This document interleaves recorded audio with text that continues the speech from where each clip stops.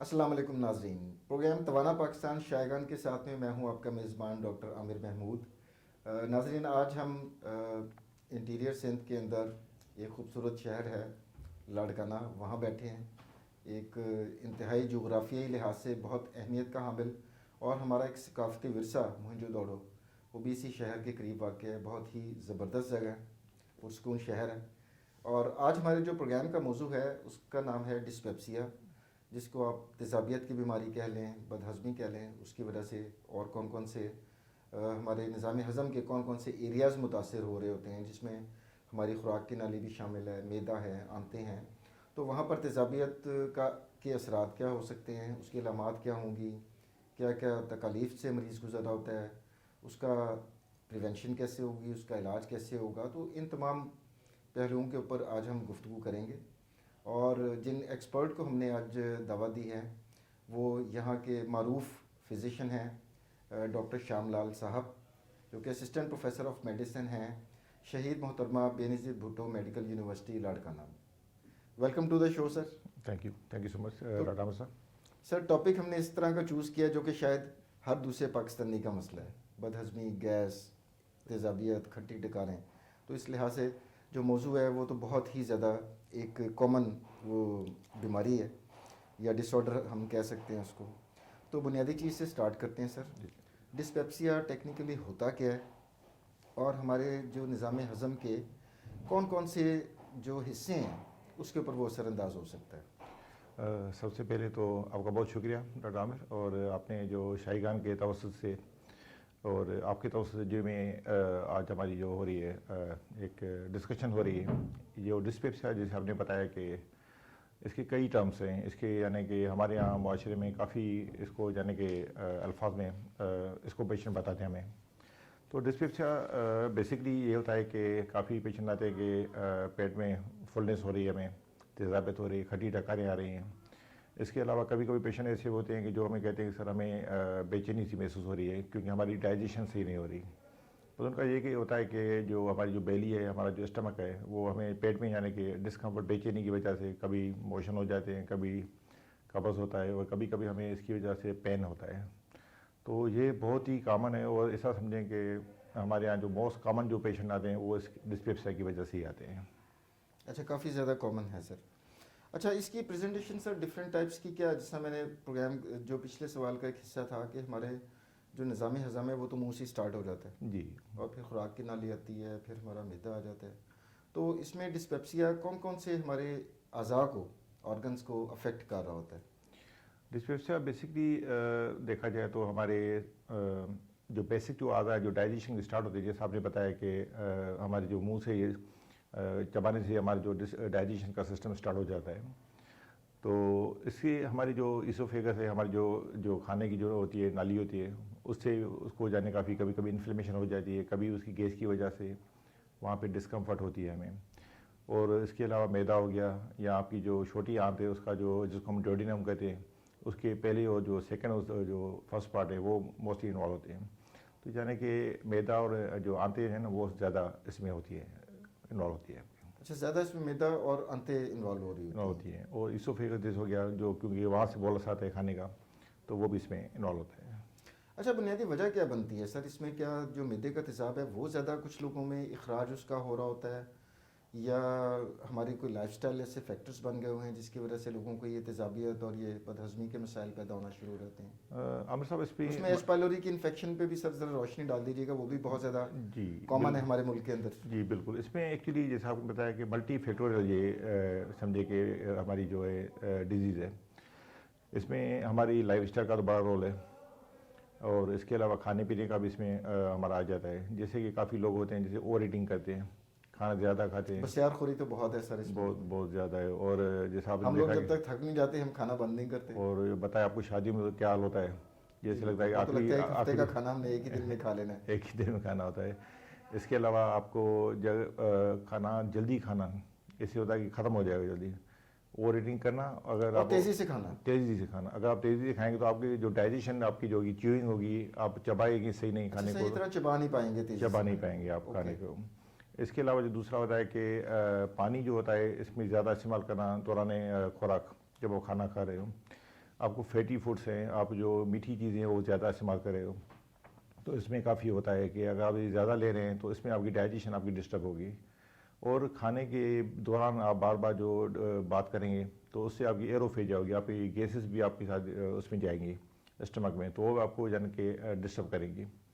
तो उसके अलावा जैसे आपने बताया कि एश पैलोरी, ये बहुत समझे कि हमारे यहाँ बहुत कॉमन बैक्टीरिया है, जो समझे कि ओरल हम इसको यानी फूड से ही हमें मिलता है, ओरोफिकल रूट होता है।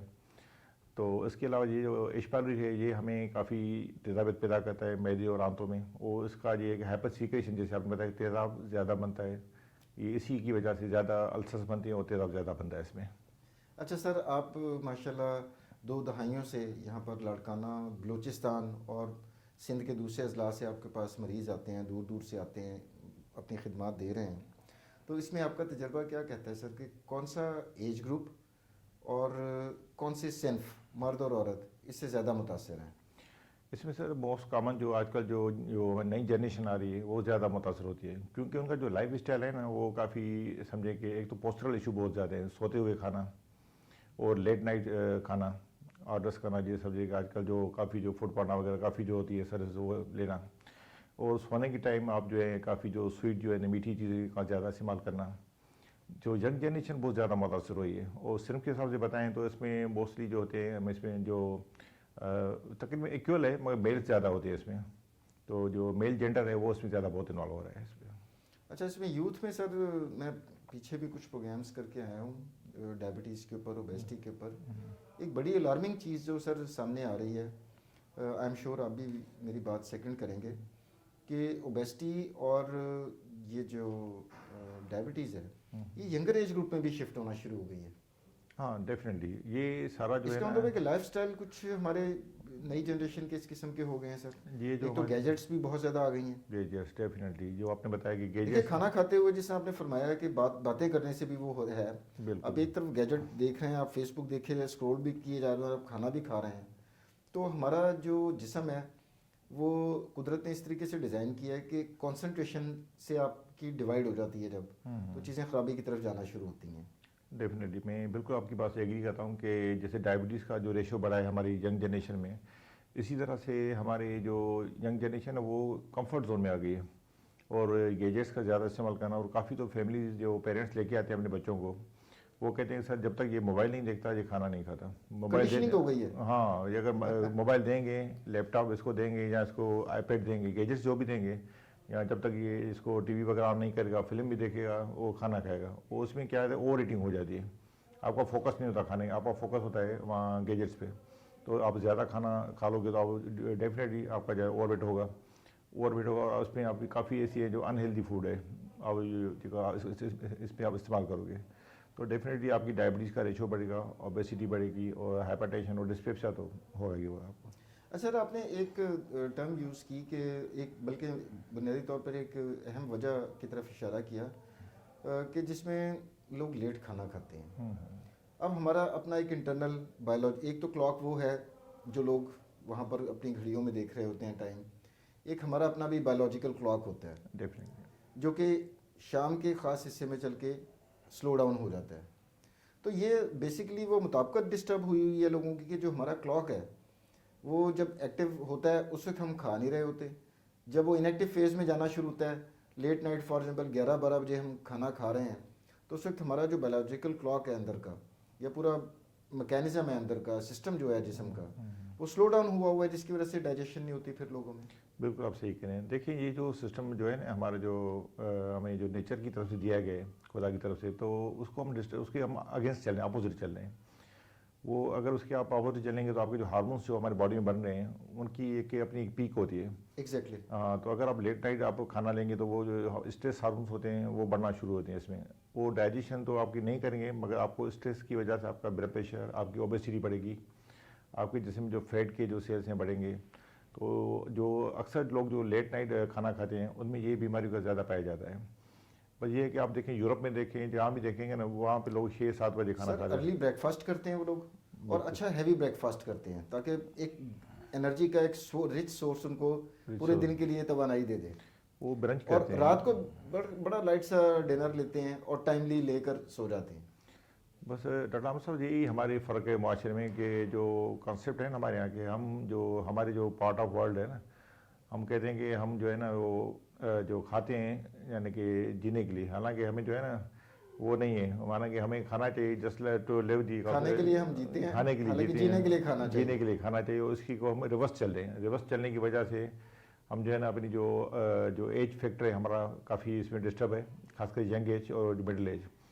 एंड दैट्स वाई जो WHO ने जो क्राइटेरिया किया है ना तो एजिंग के हिसाब से, वो कहते हैं कि अब आप 45 ईयर्स तक आप यंग हो, 45 ईयर्स से 65 से आप मिडिल एज हो, 65 से आप ओल्ड एज हो।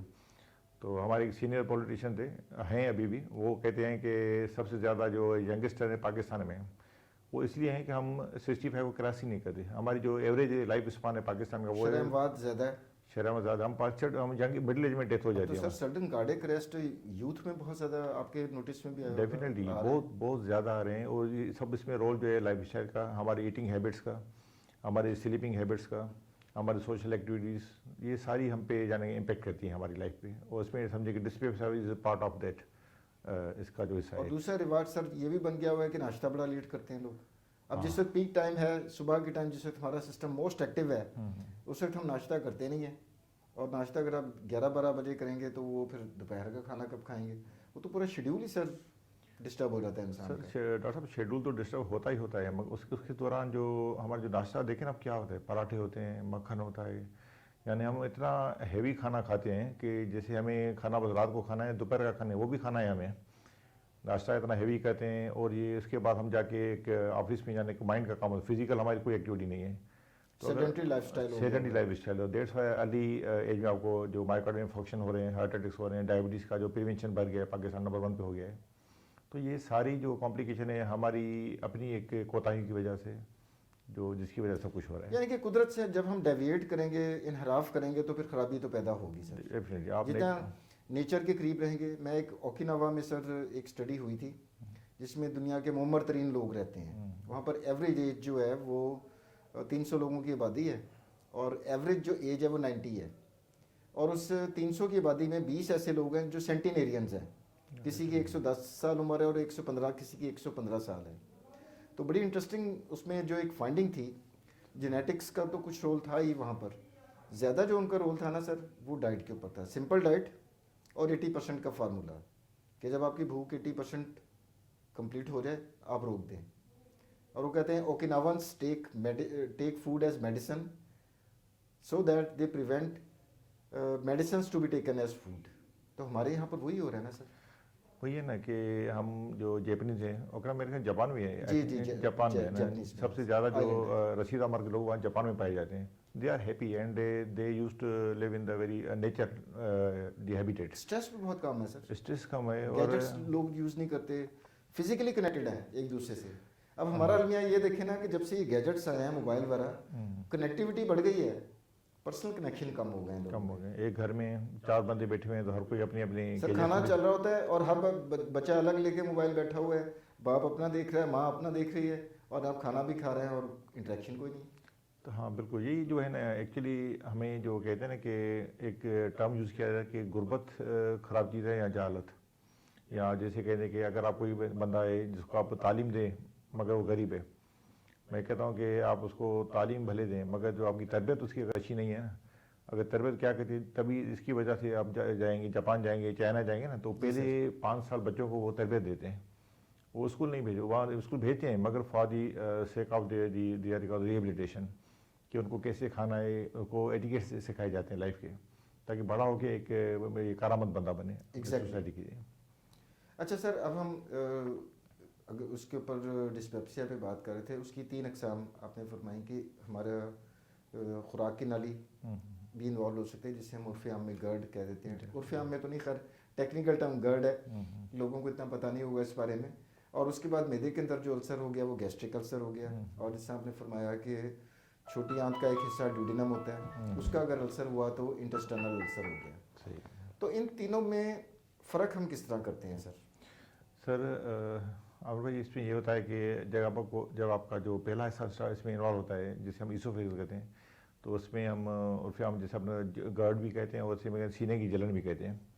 सीने की जलन होगी या हार्ट बर्न जिसे हम जो लेमन लैंग्वेज में कहते हैं। तो इसमें ये होता है कि जब बंदा इसमें इन्वॉल्व होता है तो उसको सीने में एक जलन सी महसूस होती है, उसको थोड़ा पेन भी होता है, डिस्कम्फर्ट होती है सीने में, और वो कहता है कि जब मैं सोता हूँ खास करके जहाँ मुझे एक बेचैनी महसूस होती है, और कभी कभी माउथ में बेरिशेस यानी कि पानी के जो होते हैं खट्टी खट्टी डकारें आती हैं। जी सर। और जब आपका मैदे का जो अल्सर होता है उसमें ये होता है कि आपका जब ये खाना खाते हैं आप, तो खाने के साथ ही आपका जो है ना इसमें वो दर्द शुरू हो जाता है। ये होता खाने के है, साथ दर्द शुरू हाँ, होता खाना खाएंगे आपका जो स्टमक होगा वहाँ पे अल्सर्स होंगे तो आपको पेन करेंगे, और आपका मैदा थोड़ा सूज जाएगा तो आपको यानी पेन भी होगा, डिस्कम्फर्ट भी होगी आपको।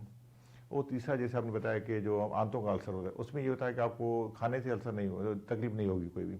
वो लेट नाइट जब जैसे आपका खाना डाइजेस्ट हो गया 2 घंटे या 3 घंटे के बाद जैसे आंतों में पहुँचेगा, जैसे वहाँ पुश करेगा तो वहाँ पे आंतों में जो अल्सर्स होंगे वो उसको पेन करेंगे, जो उसको हम कहते हैं आंतों का अल्सर, डोडिनल अल्सर। तो आपको आधी रात को जाने के आपको दर्द होगा, आप उठ के बैठ जाएंगे कि मुझे पेन हो रहा है, मुझे डिस्कम्फर्ट हो रही है। तो फिर कुछ खाएंगे तो ठीक होता है सर? खाने से ये कम हो जाता है। अच्छा, इसका मतलब है खाने से अगर ठीक हो जाए या कम हो जाए तो वो आंतों का अल्सर होगा, आंतों का अल्सर होगा। और अगर खाने से ज़्यादा बढ़ जाए तो मैदे का अल्सर होगा। मैदे का अल्सर होता है जी। और अगर लेटने के ऊपर या सीने के अंदर खट्टी डकारें, इसका मतलब तेजाब शायद वापस आ रहा है जो इरिटेट कर रहा है, तो इसका मतलब वो गर्ड है जो आपकी खुराक की नाली को इन्वॉल्व कर रहा है। वो गर्ड और इवन ये गर्ड आगे चल के अगर आप इसको प्रॉपर ट्रीट नहीं करेंगे तो ये आप आगे चल के आपको इसके जो माइक्रो जो केमिकल्स होते हैं स्टमक के, ये आपको एस्थमा भी कहते हैं, जो दमे का जो मसला होता है। तो जो काफ़ी स्टडीज अभी तो पुरानी हो चुकी हैं, जो GERD is the one of the cause of the asthma. तो ये आपको जो सीने की जलन जो है तेजाब है, ये केमिकल्स आपको आगे चल के एस्थमा या लंग्स को आपके जो एफिपी हैं उसको इन्वॉल्व करते हैं। अच्छा नाज़रीन, डॉक्टर श्यामलाल से बड़ी दिलचस्प गुफ्तगू है और जारी रहेगी। वक्त हुआ छोटे से वक्फे का, let's take a short break. जी अहमद, आपने क्यों दी थी क्या? बस वो इसकी मोबाइल नंबर। अच्छा हाँ ठीक है, चले बस ठीक है, ठीक, कोई इशू नहीं, कोई इशू नहीं। जी अच्छा सर, अब मैं उसको अभी रिकॉर्डिंग में नहीं हो रहा, अभी एंडोस्कोपी के ऊपर बात कर रहा हूँ, डायग्नोसिस के बारे में, कि वैसे तो आप क्लिनिकली भी कर लेते हैं लेकिन उसको कंफर्म करने के लिए, विजुअलाइज करने के लिए जी एंडोस्कोपी की भी उसके बारे में थोड़ा सा हाँ बताओ। हाँ कोई मसला वहीं से शुरू करता हूँ। जी।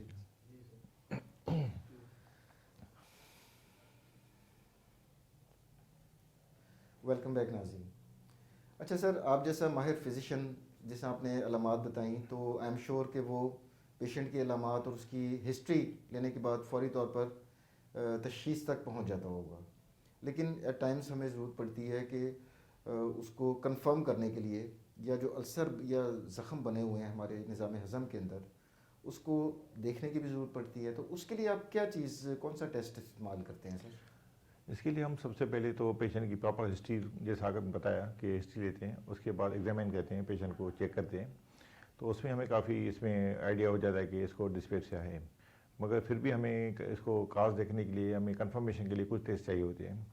तो उसमें जो हमारी एक टेस्ट होती है, जो फीकल जो होती है एंटीजन होती है एच पायलोरी की, वो हम कराते हैं इसमें पेशेंट में। खाने का टेस्ट हो गया, हाँ वो हो गया, पखाने का टेस्ट हो गया। और उसके अलावा हम इसमें कभी कभी ये होता है कि हम जो यूरिया ब्रीथ टेस्ट करते हैं, उसमें हम देखते हैं कि अगर बैक्टीरिया होता है तो एच पायलोरी क्या कहता है कि यूरिया जो ब्रेक डाउन करता है, तो उसमें जब ब्रीदिंग कराते हैं तो उसमें उसका जो लेवल है काफ़ी हाई आता है।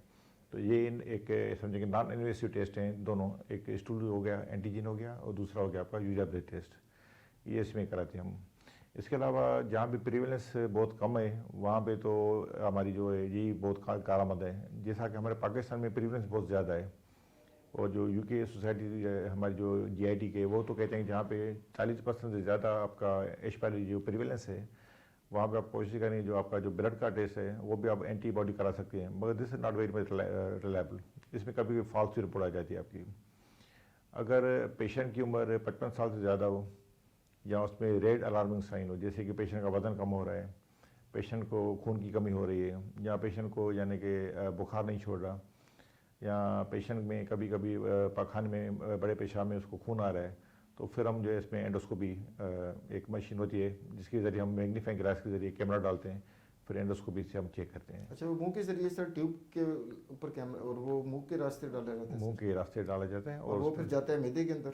वो हमारे इसोफेगस जो हमें खाने की नाली को क्रॉस करके मैदे अच्छा, में जाता उसको है। भी देखते हुए हम आगे जाते हैं? हाँ, उस पर हमें एक वीडियो लगा होता है अच्छा, कैमरा, वो मॉनिटर के ऊपर आ रहा होता है? मॉनिटर सारा कुछ आ रहा होता है, और इस पर हम चेक करते हैं कि कहाँ कहाँ पे अल्सर्स हैं, और कभी कभी वहाँ से हम बायोप्सी भी लेते हैं। अच्छा सर, इसके लिए ये कोई मतलब बड़ा ऑपरेशन है या ये ओपीडी प्रोसीजर है और आम मरीज़ को दाखिल होने की ज़रूरत नहीं है और एंडोस्कोपी हो जाती है? और मरीज़ को क्या एहतियात करनी पड़ती है, प्रिकॉशंस लेनी पड़ती हैं इस टेस्ट से पहले? इस टेस्ट से ये कोई बड़ा इतना कॉम्प्लिकेट टेस्ट नहीं है, मगर कुछ कोई भी टेस्ट हो इसके लिए हमें प्रिकॉशंस कुछ होती है। जैसा कि हम इसमें जो कुछ कंट्राइंडिकेशन होती है, जैसा कि पेशेंट को अगर कोई कंधे की कोई हड्डी का कोई फ्रैक्चर है, सर्वाइकल जो हमें स्पाइंस होती हैं उसकी कोई फ्रैक्चर हुआ है, कोई एक्सीडेंट हुआ है जिसकी वजह से उसकी मूवमेंट हमें नहीं करनी, या पेशेंट आपका उसको रिसेंट कोई कार्डिक एमआई या एरिथमियाज है उसमें ये कंट्राइंडिकेटेड है, या पेशेंट आपका रेस्पिरेटरी डिस्ट्रेस में जो उसको यानी कि चेस्ट की वजह से कोई डिस्कम्फर्ट है तो उसमें हम नहीं करेंगे, या पेशेंट आपको परमिशन नहीं दे रहा, ठीक है, ये कंट्राइंडिकेशन। बाकी हम इस पर करने के पहले ये कहते हैं कि 4 से 6 घंटे की हम उसको फास्टिंग कराते हैं, उसको पेशेंट को सारा प्रोसीजर बता देंगे हम ये करेंगे कि आपको 4 से 6 घंटे आपको जो है वो उस दौरान सर उसने पानी भी नहीं पीना और कुछ भी नहीं खाना? कुछ भी नहीं खाना 4 से 6 घंटे 4 से 6 घंटे तक उसको यानी खाली पेट आना है। इसके अलावा हम उसको जब उसको पता है कि आपको इसमें कोई इतना बड़ा नशा वशा नहीं देंगे हम आपको, सिर्फ इसमें ये होता है कि हम उसको गार्गल्स कराते हैं, ज़ैलोकिन सॉल्यूशन आता है जिससे हम उसको कहते हैं सुन करने के लिए जो हमारा जो फेरेंस का जो यानी कि बेहोश करने की जरूरत नहीं है, मरीज को एनेस्थीसिया देने की जरूरत नहीं है, कोई ज़रूरत नहीं है, सिंपल हम गार्गल्स करवा देते हैं। गार्गल्स उसका स्प्रे आता है, उससे हम जो थ्रोट स्प्रे लगाते हैं ज़ैलोकिन का, तो उसमें स्प्रे से भी वो सुन हो जाता है, वरना गार्गल्स भी कराते हैं। उसके बाद हम उसको पेशेंट को लेफ्ट लेटर जो होता है दाईं जानिब और बाईं जानिब सुला के फिर ये ट्यूब करवट लेना होता है, तो ये बिल्कुल कंफर्टेबल होता है, कोई इसमें तकलीफ नहीं होती और बिल्कुल ये समझे कि सिंपल सा प्रोसीजर है। और आमतौर पर कितनी देर में सर कंप्लीट हो जाती है एंडोस्कोपी? आमतौर पे ये डिपेंड करता है एक्सपर्टीज पे, जो बंदा काफ़ी एक्सपर्टाइज होता है तो समझे तो वो 10 से 15 मिनट में कर लेता है, ज़्यादातर आधे घंटे में हो जाता है, मैक्सिमम आधे घंटे में हो जाता है। और ये डे केयर होता है, इसमें दाखिला की ज़रूरत नहीं होती है, तो बंदा उसको फारिग कर देते हैं उसको उस व्यक्ति। अच्छा सर, हमारे यहाँ पर चूँकि मोबाइल फ़ोन और सोशल मीडिया का इतना ज़्यादा इस्तेमाल हो गया है कि गूगल डॉक्टर्स भी बहुत ज़्यादा गूगल करके आते हैं अब तो, ख़ास तौर पे जो पढ़े लिखे लोग हैं कि वो मैं ज़रा गूगल करके जाऊँगा। आपने फॉर एग्जांपल किसी मरीज़ को एंडोस्कोपी का लिखा तो एंडोस्कोपी वो गूगल पे सर्च करेगा और वहाँ पर सोशल मीडिया पे कई दफ़ा अनवेरीफाइड या झूठी इन्फॉर्मेशन भी होती है।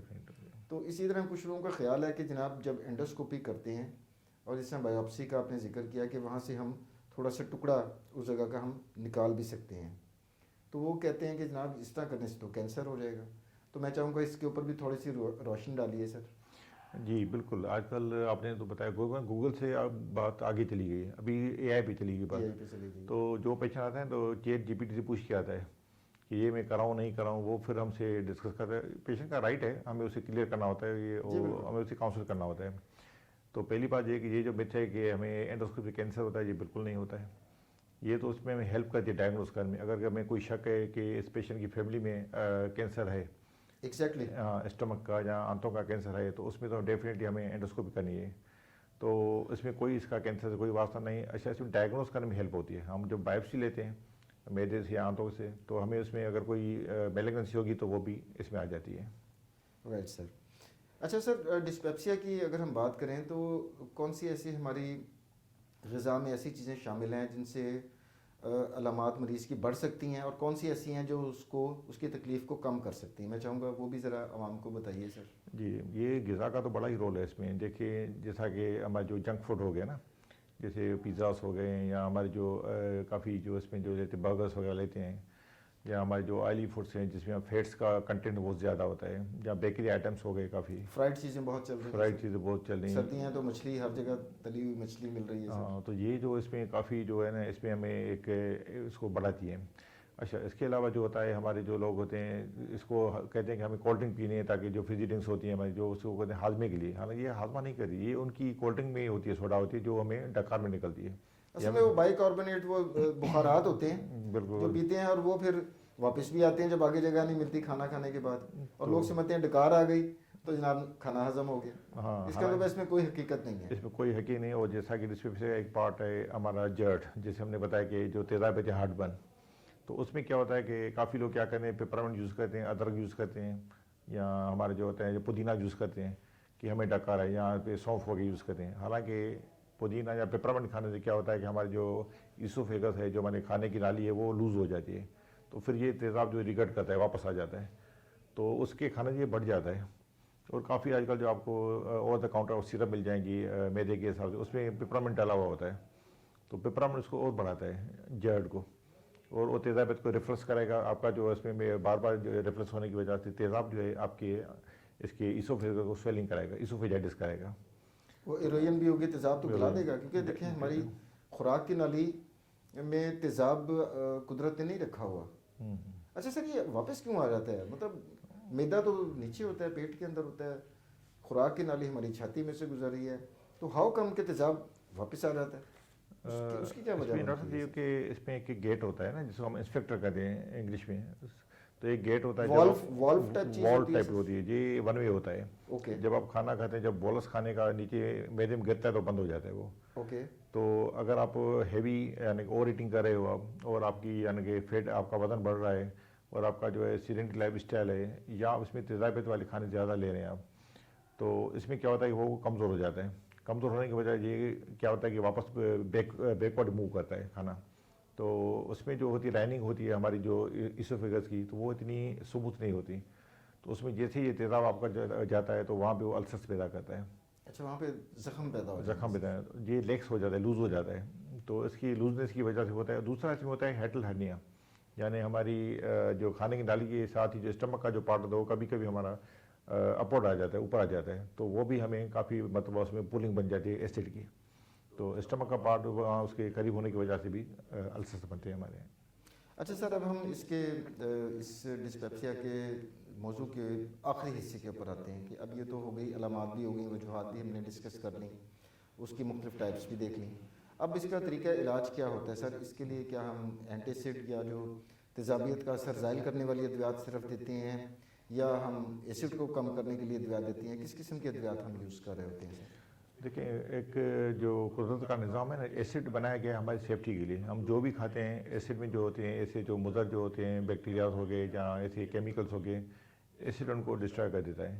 तो अगर हम इसको एसिड को बिल्कुल ही सप्रेस कर देंगे तो फिर तो हमें समझे कि हर इन्फेक्शन हो जाएगा बार बार।